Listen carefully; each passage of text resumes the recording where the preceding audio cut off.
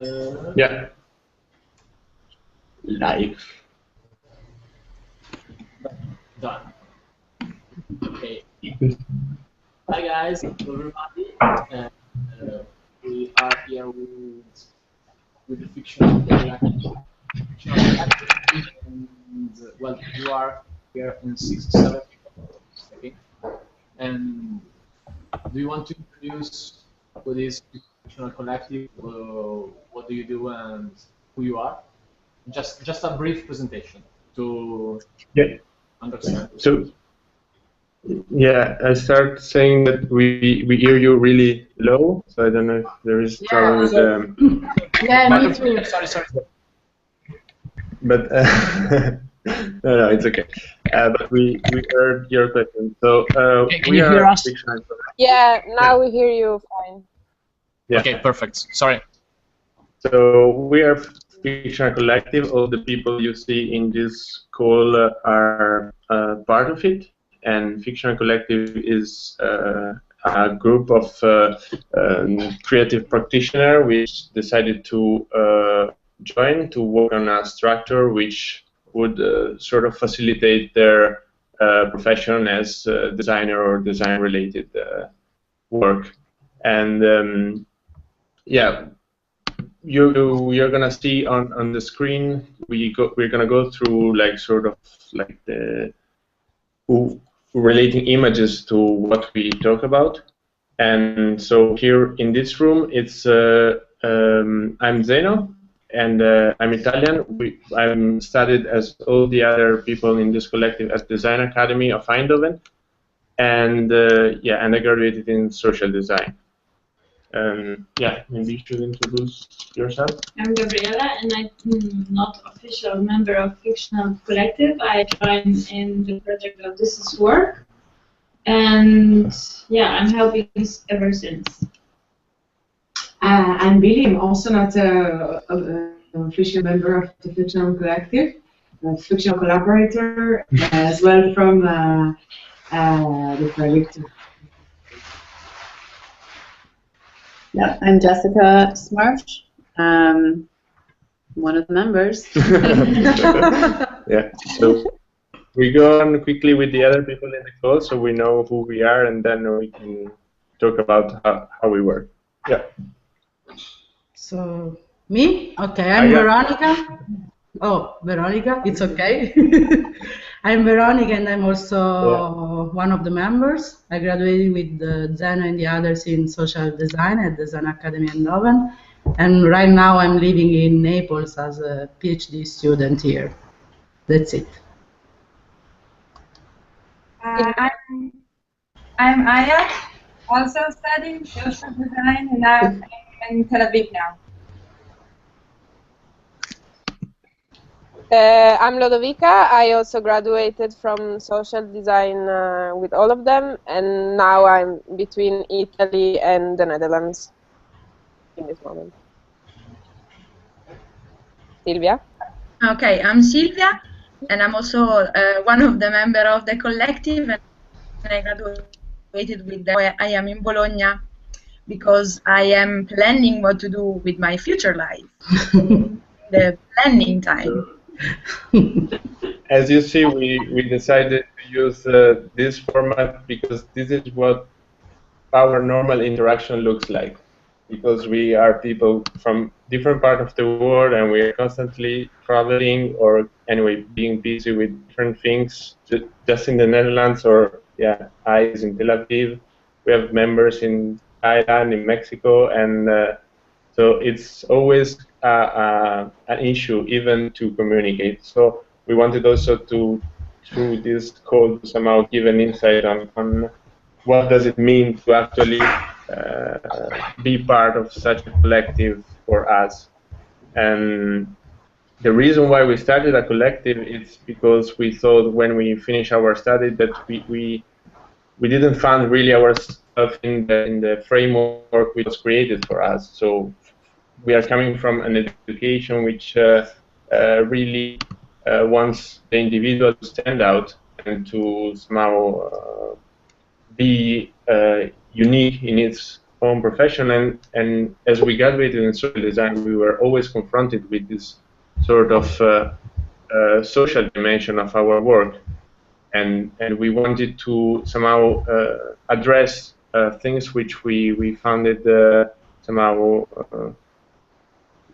where the mainstream is not putting attention to. So in all our project, we try to research in deep the topic we talk. Not always they deal clearly with social issues, but we find it relevant to somehow address also this research-based practice. And yeah, this is more or less the introduction. Okay, perfect. I would start with the first question. All of you said that you are graduated in social design, but what is social design? I mean, social could be a tricky word. I mean, it could mean everything, and at the same time, no. I mean, what is social design? Actually, I think there is no design that is not social. So in a way, it's a kind of useless definition, but it's on trend now, so it's good to have it. I think that actually social design is at the end is about defining scenarios, like possible scenarios. So even if there are, like, I think we even if we all graduated with so many different projects, in a way we all created possible scenarios. There were, I don't know, yeah, like I'm going to explain about the future or about possible better solution for social problems or whatever. So I think yes, I intend social design as something related to creating scenarios, and actually is also what we are trying to do with the collective in a way.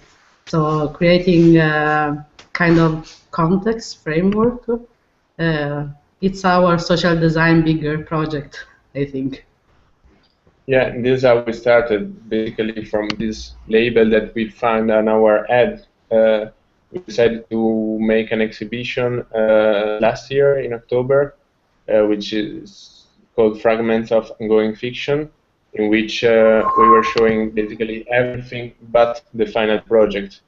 So we were showing all the process and the research of this of our work, and in this space, and trying to address also this dimension of our work, and from that it's we were asked to do further research on the topic of creative immaterial labor and precarious work, and so we like with Lodo and Daya that are here, Billy, Baka, and other people, we did this research project in Basel, which is called thisiswork.org, and which we find really related to also the research you are conducting.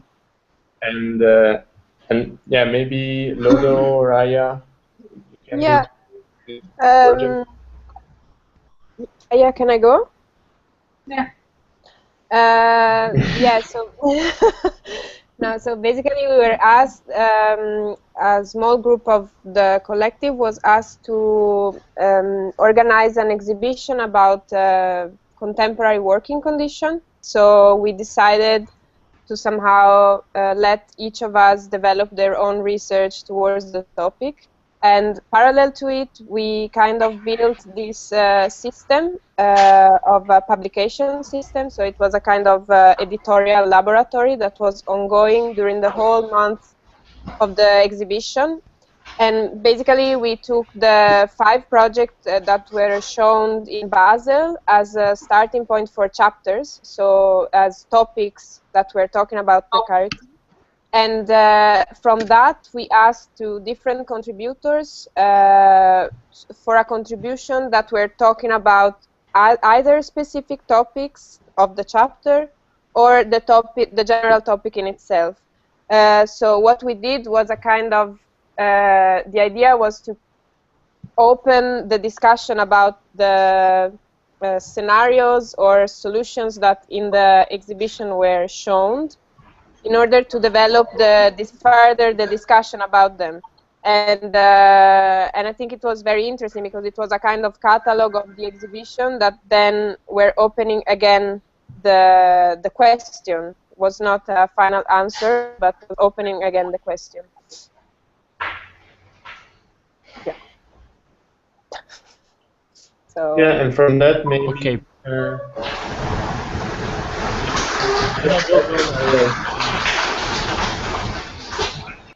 We hear a lot of noise. Where is it from? There. Do you have a question about the project? Or? Okay. I want to go on presenting your project and the main themes which are behind your project. It's okay.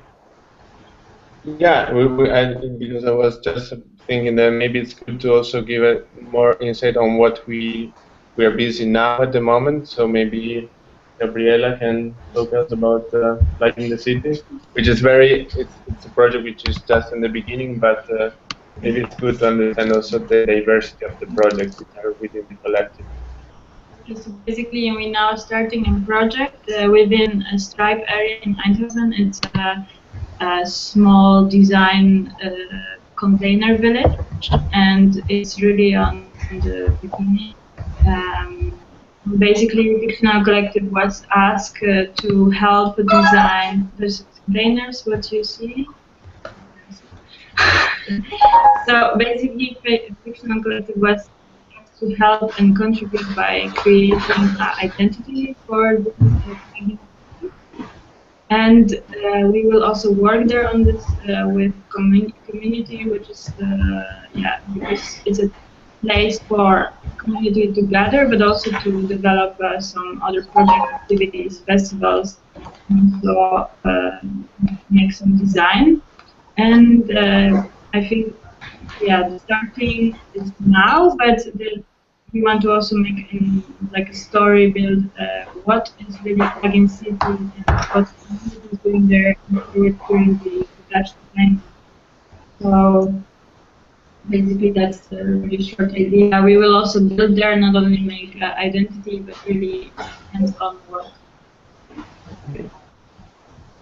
So in every project, more or less, you see that depending on the members which are part of it, and on also what is the commission, or if it's self-commissioned, it depends a lot. But somehow we try to always bring it back to this dimension of working together and using the collective more as an instrument, also as a tool that can somehow help us to confront us at a more institutional level.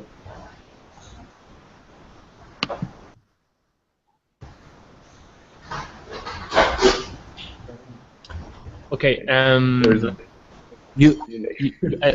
that you are divided in different groups which are following different projects, and in fact, I would like to ask you these groups inside the collective. I mean, how it works, the structure and dividing in different groups, following different projects. How do you deal with these different projects which different people are following? Yeah, actually, this is something we are trying to elaborate right now, like as a clear structure, because let's say that we started and it was not. We kind of decided to see how it goes and how it will develop, and then after a while we would choose a structure for it.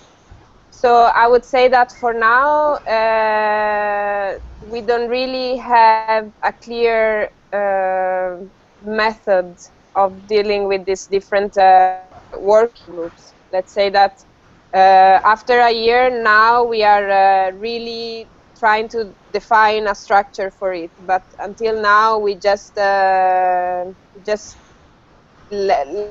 it was self. Yeah, and then who wanted to participate was free to participate, and who didn't want didn't. So I think this was more or less the method. And I think every project we do is a bit of an examination of the balance between the individual work and the collective work. So the groups around each project change, but also the balance between what is done individually and together. And then each time we do a project, we learn from it and try to somehow formulate our methodology step by step.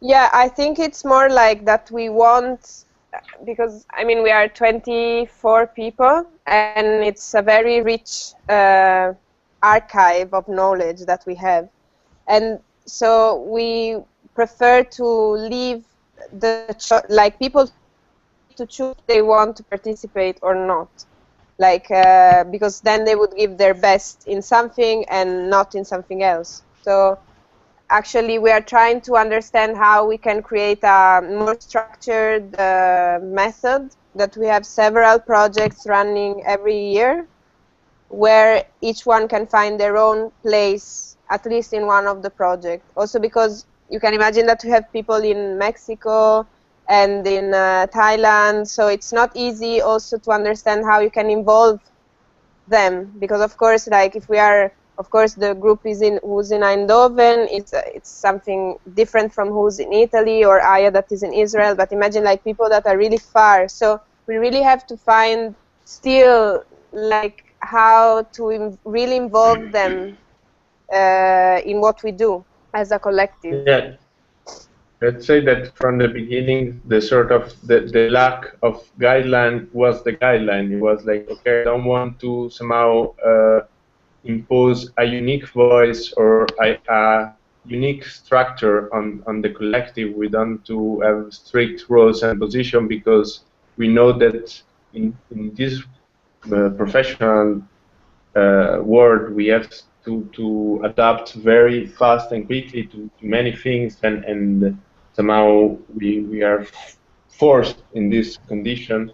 So we thought this is gonna just be a sort of open structure in which everybody finds its own place. And through this 1 year experience, now we are at the point in which we are able to sort of sum up this experience and to understand how to give ourselves a structure which is more comprehensible from the outside, because from the inside, more or less, we know how relation works.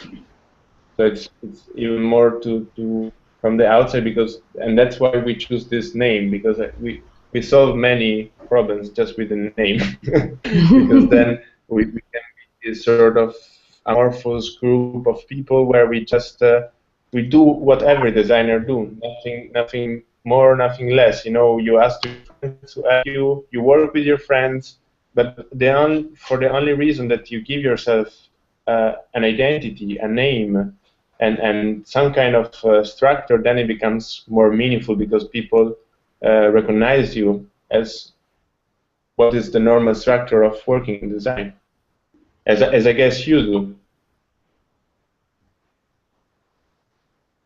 Yes, but in fact, I think that your name, Fictional, gives you the freedom to do more or less what you want. I mean, fictional it's a very interesting adjective for being a name of a collective. And according to the fact you follow different projects in different parts of the world, and you don't want to oblige others to follow your project and so on, but do you think that it's a $1 million question? Do you think that are the members of the collective instrumentals for the collective, or is the collective instrumental for the members? Silence. This could be a really long talk, and I think like each one of us. Just a little presentation, I would say, because I think that as you were saying before, if I'm not wrong, looking for a project to be developed is becomes the project itself of the collective. And so the question is connected to this theme. I mean, are the members instrumental for the collective, or vice versa? Yeah. Who wants to reply? It's kind of both. It's like chicken and egg. It's like, of course, we need, there have to be members in order to make something happen, to create conversations and just create starts. So, of course, we need members to have a collective. But it's also, yeah, it becomes a project in itself. By having a collective, we're also giving ourselves a platform, a place to have conversations and to discuss and to make things happen. So I don't know if someone can add to that.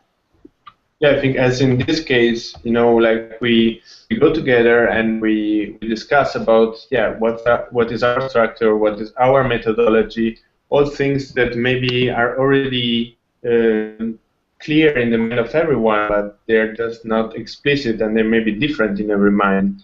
So in that sense, I think every group, every collective, every structure, it is instrumental for the individuals, because of course, if tomorrow Sylvia or Veronica get a full-time job somewhere and they don't have time anymore, they get it through the collective and they get a proper job offer, then of course for them it's going to be difficult to be part of the collective.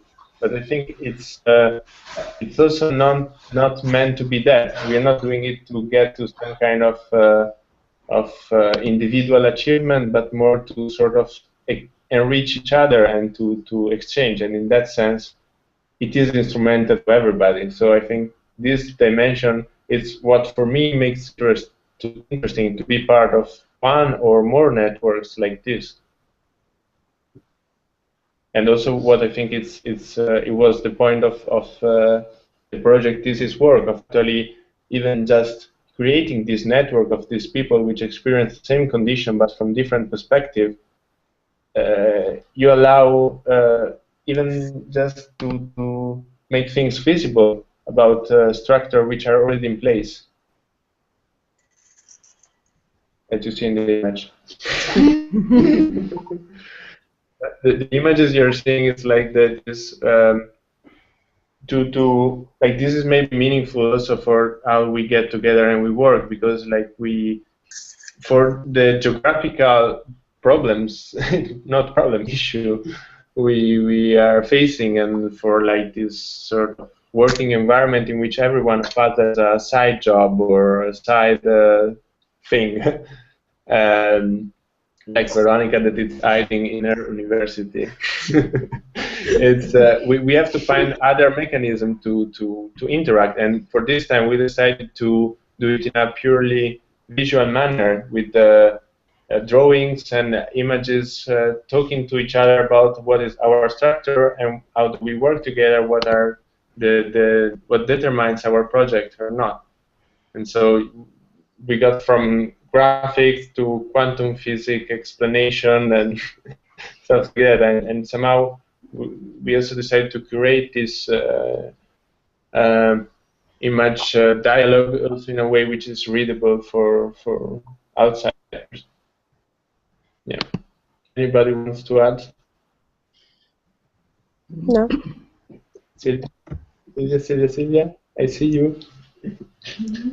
No, maybe, I don't know. I would like to say, of course, we are not a perfect world. We are all friends. We all love each other, and we don't have a structure, and everything is fine. But of course, because of our side jobs, for example, of course, we have problems. Like sometimes it's difficult to follow projects. For example, I don't know, I didn't follow at all the This Is Work project. So, for example, I wouldn't be able to explain you what actually This Is Work is. But maybe the good thing was that even if there are different groups, we were always sharing what the others are doing. So I think, of course, sometimes we can have some, I don't know, internal contradictions or difficulties because of distance and everything. So, but I think it's also something that makes it stronger because if I wouldn't be, yeah. No, go on. Sorry. No, I don't like. For example, this time I decided to be part of this Skype event or this thing because when I realized that I didn't follow enough the previous project, I said, okay, why? Like I could have spent time in, or like at least being more interested in what they were doing, and because then you see, like if you don't follow it, then you think, okay, they are doing this and I'm not doing that. Instead, like this is not how it's working. I feel like we are something unique inside, and this is how it should be. So that's it. I just want to say that for me, it's what you are doing in your everyday life or what you're not doing in your everyday life, and how is it connected with the collective. For me, it's like the collective is something physical, of course, but most of the time is something really metaphysical. It's like a bubble in which I can recognize myself and I can remember the experience we had together. And it's a kind of how I work, how to remember what I learned during the 2 years of social design, how we work together, what are our aims, and of course sometimes are really different, but like just to like a kind of like a reality inside another reality that it's not really tangible, but it helps me to remember, understand, and a kind of guideline to go further. Yeah, and also to do maybe what you want. Like if you don't, like if you have something in mind and you say, okay, why don't we do this? It's anyway like a dimension that is, I don't know, for me it's giving like a security that I know that I have anyway a structure that I can refer to where people, where we share the same vision about specific issues, and that I can always refer to if I want to do something. Like I think it is making like, it's more for also a working condition. Yeah, I think actually this is the thing I like the most about the collective is our, like for me, and I think for all of you, is like our freedom space. Like we are not obliged to do something, or like we are free to do whatever we want and say whatever we want, say it how we want. So I don't know. For me, it's not like being in the university that I have to write for other people and say what they want me to say and everything. So actually, it's a kind of a working method, working space, but it's totally free. Like you can breathe the freedom inside of it, I think. When we are not stressed. No, okay, so I would say that at the end, you said you are 24, right? Okay, okay, and so I think that you don't need to have a sort of common ground, let's say, but the collective itself is your common ground, and inside your collective, well, do you have contradictions, maybe sort of conflicts, let's say, and you don't have to read to get the consensus of all to start a project. I mean, you can develop. I don't know if I'm wrong, but I think I'm understanding that you want to develop your projects in the freer way, and not thinking about if all of you agree with the project, but just the fact that you are part of a collective, that's your common ground. That's what joins you.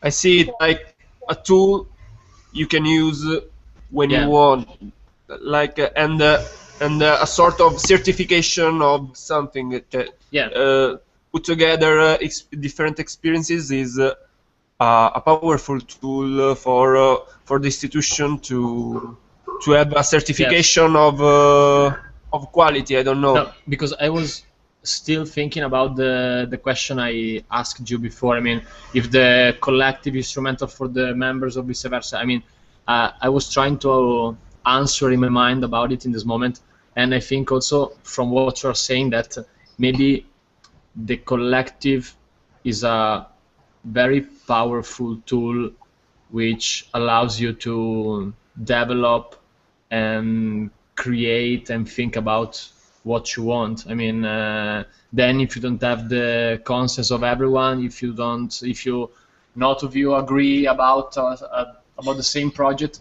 it doesn't matter. It's not a problem. You can go on with your fictional collective, being part of a not such a unique identity, but an identity made by different people, and that's the important thing. Yeah. Yeah, that's from the actually... beginning, this was one of the conditions of starting this collective, because we really wanted to keep the diversity in because we felt a bit trapped in this institutional position in which we are all in an exhibition, and with our project we are all on a white podium, and we cannot choose that, and all the project looks alike, even though we come from completely different background, and we cannot do much about that. So from the beginning we decided that even just having two people from the collective doing a project together, it's enough to call it Fictional Collective. That you don't necessarily have to involve everybody, but it's just sometimes could be even just a name or key to access certain doors that you are excluded when you are an individual or when you are starting a career. But with showing this diversity, even now that we really try to have different people in this call saying different things, and we really don't mind if now somebody else is going to say the opposite of what I say, because this is actually the value of us working together, recreating this sort of environment you have in schools, maybe, which you can exchange freely and disagree and still work together, but that outside the educational environment, it's very difficult to find. I think even if you go back to your first question, what is social design, each of us would give you a different answer, and that's where we started from. And disagreeing is a way for us to develop our own opinion as well as our collective dialogue. Yeah, but for example, like now that we are talking about diversity, and I think it's the powerful thing that we have.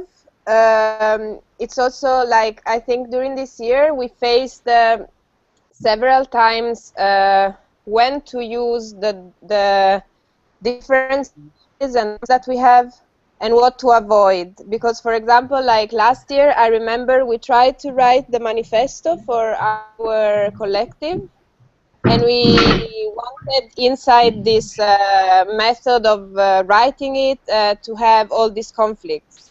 But actually, it was kind of impossible. So in the end, 3 people took it and wrote it. So, and I think like maybe we don't need a manifesto. Like you have, no, but that's the thing. Like if you want to have the diversity, you have to abandon certain kind of tools and maybe enhance others.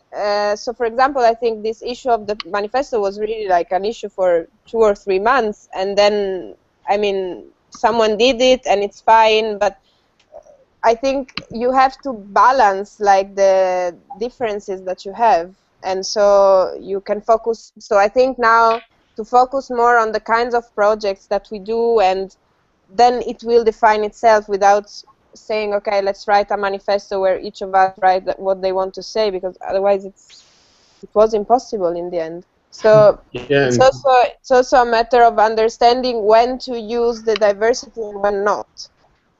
And also understanding that writing a manifesto is right for a point in time, and then maybe 3 months later we have a different opinion, or it's not just that we're 24 opinions, it also changes over time. Yeah, or like each project is a small manifesto, so you could have 7 projects and 7 manifestos. Ah, that's a good idea. I will write it. We will probably have the right manifesto in 70 years. No, we will never have it. The last one that write it. Yes. It would be your main project, maybe, writing a manifesto. No, but I think like if you see these 3-4 projects that we have done together in a year, they somehow define our position towards specific thing. Like Fragments of Ongoing Fiction was an exhibition about design, and we showed the process. So that's already a position. This is Work was an exhibition and publication about precarity, and we decided to develop in a certain way. And then there is now Plugin City. So I think every project is stating our position via different members towards a specific thing. So in that sense, I think it's already developing. I think also we were saying yesterday or the day before that time is an issue. I mean, you don't define a methodology by one project or by writing a manifesto. It really takes time. Every project we rethink everything and adjust the way of working. Yeah, and a lot of it also depends on who you're working with or working for, because how you structure a project is going to also depend on the context of that specific project, and then that also is going to probably change how you view design or your approach. So it's always going to be constantly evolving. So for the next Adocracy exhibition, you have to present yourself as a project. As maybe. a project, as an ad hoc project. So I read the Adocracy definition. Adocracy is a flexible, adaptable, and informal form of organization that is defined by a lack of a formal structure. It operates in an opposite fashion to a bureaucracy. I think that fits perfectly to your methods or your collective. Yeah. Yeah. There is a prize Yeah, for it. Because we are gonna win What? it, you know? And I think our being ad hoc is somehow also like when we were saying before that somehow our project of searching for projects, it became the project itself. So the collective became our project. It's also in the manifesto. You see that we have to deal with some kind of old structures and old framework like a manifesto. And yeah, what's the point of writing a manifesto now? I mean, it's a very traditional way, which is it's fixed, it's rigid, it's it doesn't. You cannot make use of it anymore in a world in which you have to be contradictory and you have to adapt yourself. So also in that you see how the way our manifesto is in the mechanism of creating a manifesto with many voices, which then end up in creating something which is by itself unreadable, because the manifesto was like 27 pages. But the mechanism of making the manifesto is the manifesto itself. It's the interaction, which then it's very specific. It's ad hoc for this kind of word and for this kind of necessity. I don't know if I replied to your question. I think it's kind of meaningful of the experiences to also be on a meta level, because till now we're just talking about ourselves, and we were asking ourselves, okay, should we talk about our projects, about what each one of us is doing, because it would be super interesting for us to say, what are the common points and stuff like that. But in the end, we thought that there are so many people in the same position as we are, that maybe graduates, or they just starting their own business or whatsoever, and somehow we found that it could be interesting to share this process and this knowledge with an open public, because we think what we went through in this year of collective and 2 years of education is kind of meaningful, and it could be the base to build on something more relevant. Perfect. And I think that you as being a collective makes you stronger also in front of institutions, academies also, in order to look for new projects and presenting you as a reality, as a real figure. And do you see Fictional Collective as I would say, as a brand?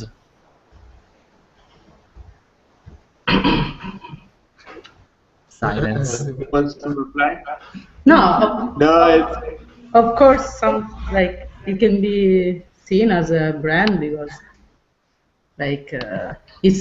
this is why in a way it's instrumental for the members, because of course maybe without having this name or this identity, we will it would have been more difficult to be part of some projects, just as Veronica, De Salvo, or Lodovica, or Silvia. So of course in a way it works like a brand, but I think this it depends more on the on how the other are are watching at us, at the collective. It's not like our will, I think. But I think it's also it is a brand, but it's also a different kind of brand. Like usually a brand is defining a common line that you like. For example, Benetton. I don't know. Like I'm just talking loud, but like Benetton, you have a specific thing that is always the same approach, and so it's a structure that that is going to reply you in the way you expect to. But for example, we are a brand, but we don't have any of this common and unique way of approaching one thing. So if you ask 3 people of us to do one project, we will reply in one way. But then if you have other 3 people about the same project, we will reply in a completely different way. So in that sense, I think it's interesting if you ask us if we are a brand, because we are. Like I would say we are, but we are a counter brand, or a new kind of brand. In that sense, and I think then it becomes in that sense, I think it's also risky for who ask us to do something, because they never know what to expect. Like you. And to who they ask it, because it depends on who you ask. Yeah, exactly. But do you think it's impossible to find, I don't know, red line? Yeah, an unique vision at the end in this diversity of thinking? I think it comes out naturally, because like I think that's we work a bit the other way around of how usually designer works. Basically, as a designer, you want to find a aesthetical code which people identify with you, and then you can do your things or somehow follow different projects. But from us, I think like this, there is of course a common view which comes from our very condition of working in a certain way and having being in this condition of always changing, following thousands of projects, individual, collective, and hanging out together at the same time, trying to bring it to a working dimension. And this is like, I think it belongs to also our common vision of the world, in which we want to be creative and we want to be engaged, but we also want to be honest and true to ourselves. So creating a collective is different than creating a brand in that way, because a brand it's an identity. An identity means that you know what to expect, as Lotte was saying.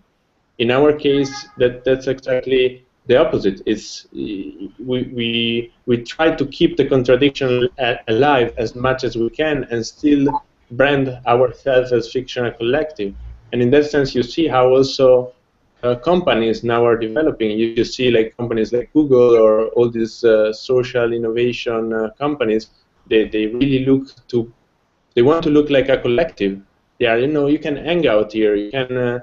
Yeah, you have peers at work. You enjoy with your friends, but what you're doing is actually working.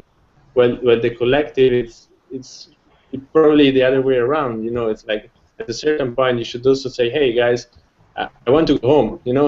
This is work, but at a certain point I want to go home, and your private life and your working life have a kind of boundaries. But I have to say that about the common line, I think this is sometimes this is an issue, because of course, like, group together and you ask yourself, okay, what is actually our common goal? What is that is putting us together? And so I think for us now it's more important. I think it's a matter of time, of course, also because you will see who's participating and who's not. And for me, it's more about understanding the tools or the context where we can state our position, and while it recurs after 10 times, then that's a common line. So for us, for me at least, it's about creating the tools that can allow you to find the common line instead of deciding it a priori. I don't know how to say it in English. But it is an issue. I think for us, it is an issue. I think, like, I really don't like the word brand, and yeah, for me, like, it's not about branding. It's not about having a common viewpoint. It's really, for me, about having a network of people that think in very interesting ways and very different ways. And I think what's interesting about us as a group is that people are super talented in lots of different areas, and people think about things in a really great way. And if I get asked to do a project, or if anyone else gets asked to do a project, we know that we have a network of people that we can access, and it can become very rich. So yeah, just speaking from my own perspective, I think that is like one of the most interesting benefits of having the collective.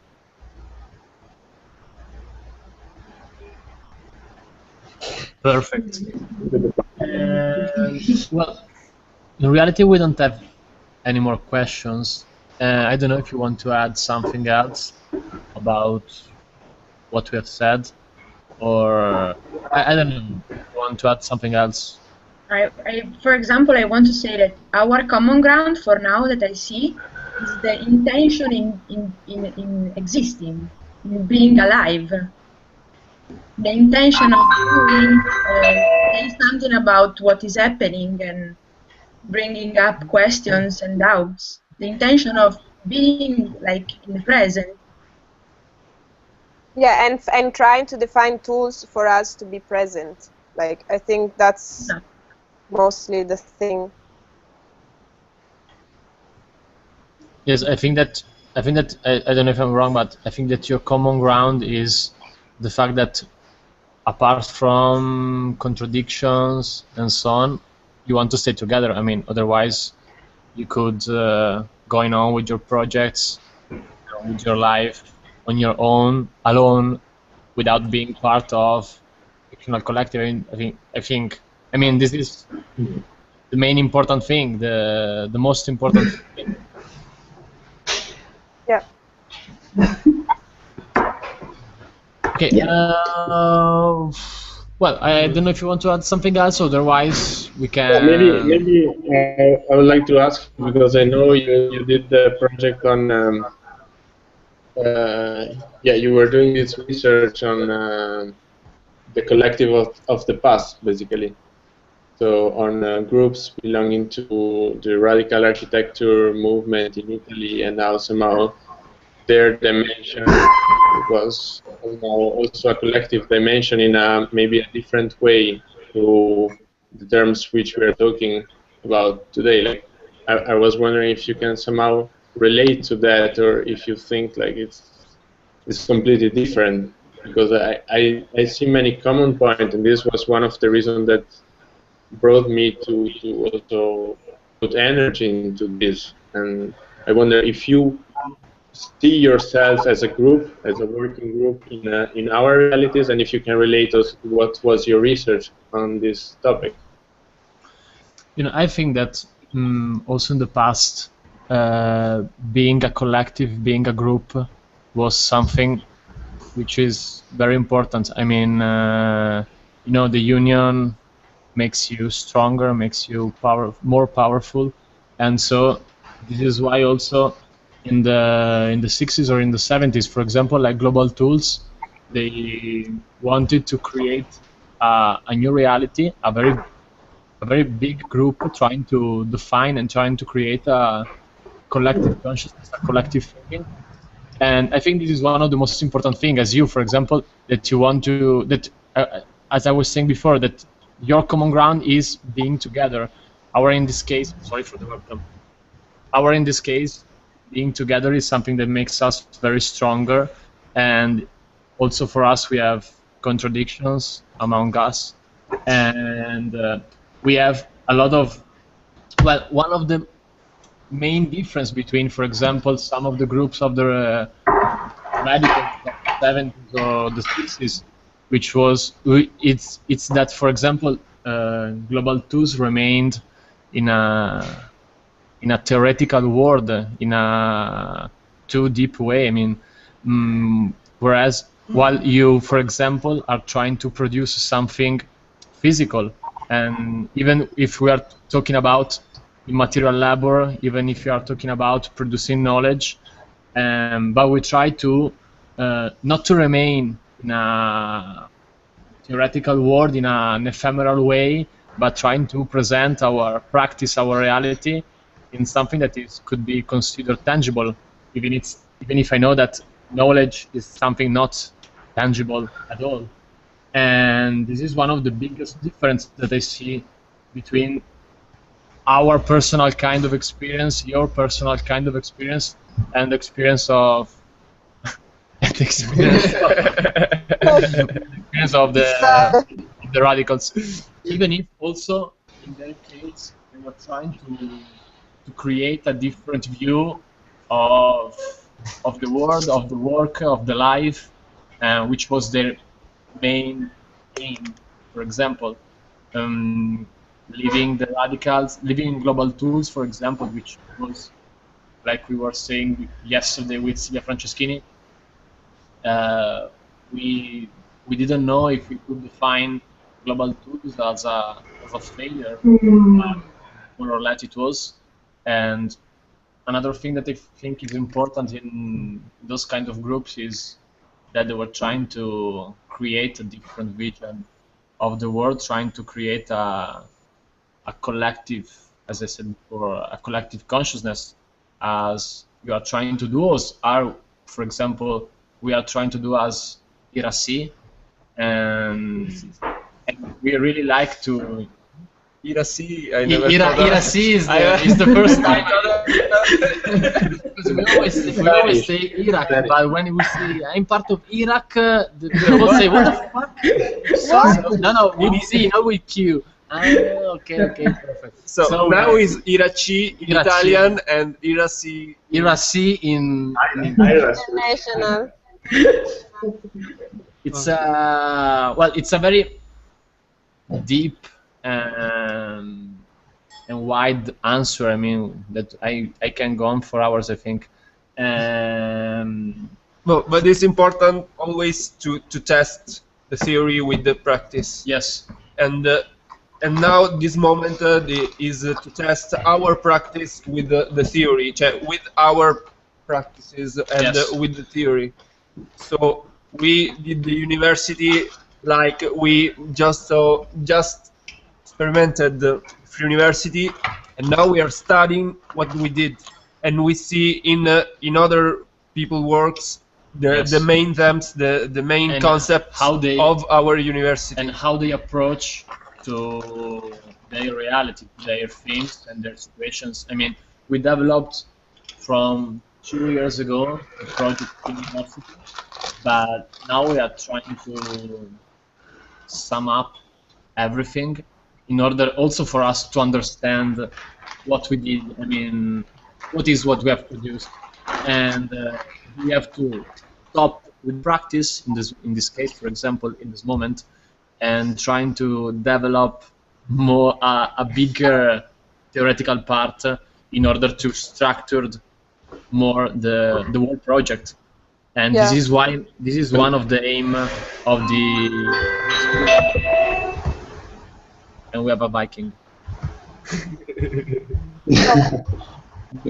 But I think, yeah, the reason why we also try to be somehow spontaneous also in the way we interact is exactly for this, because somehow also it's difficult to approach this topic and to talk about this issue, and then it comes at a certain point it becomes very dry and very difficult for people to relate, because even in the project for Basel we read thousands of articles about the precarious work and creative work and stuff like that, and then simply, even for me, it's difficult to see, hey, I'm actually that person, I'm actually that precarious worker or that creative worker. And somehow I think it's also one of the common lines within our work is to make things more human, more, like what you were saying about failure. I think it's important to acknowledge also the failure of some sides of this collective dimension or groups, and also to not take yourself so seriously sometimes.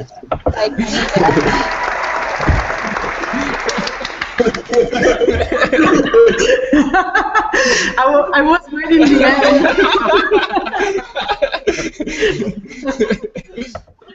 We just thought it was.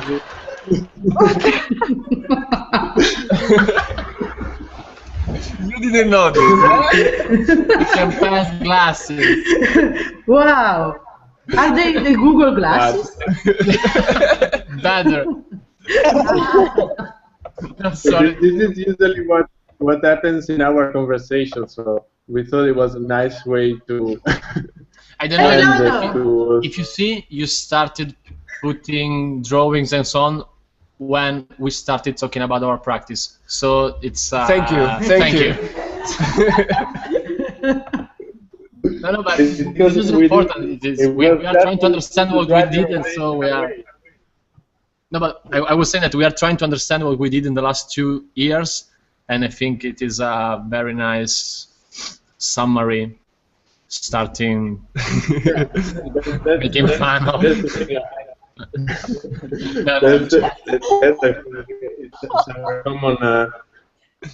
It's our common position, because we also feel in that position, and we think of course it's really nice to talk about things and to work on this theoretical level, but sometimes you should also find probes and somehow to prove yourself with reality too, because also many biennales and design fair, they're always so self-referential that even when they approach political issue, and we are seeing this now with the Biennale in Venice, then it's always is very related to its own context, and it's struggled to go out and to reach the people who are actually interested by this issue.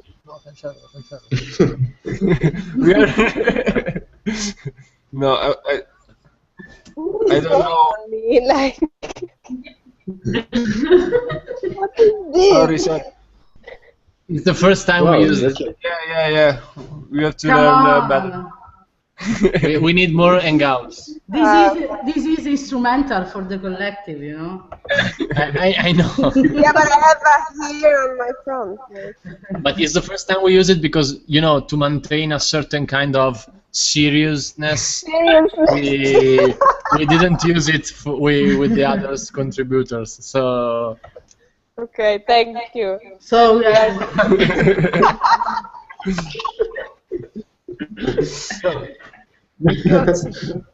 how many things Fa you fare la put of me? schermata. Oh, Jessica, you are beautiful. Wait, just wait. We do a screenshot. Perfect.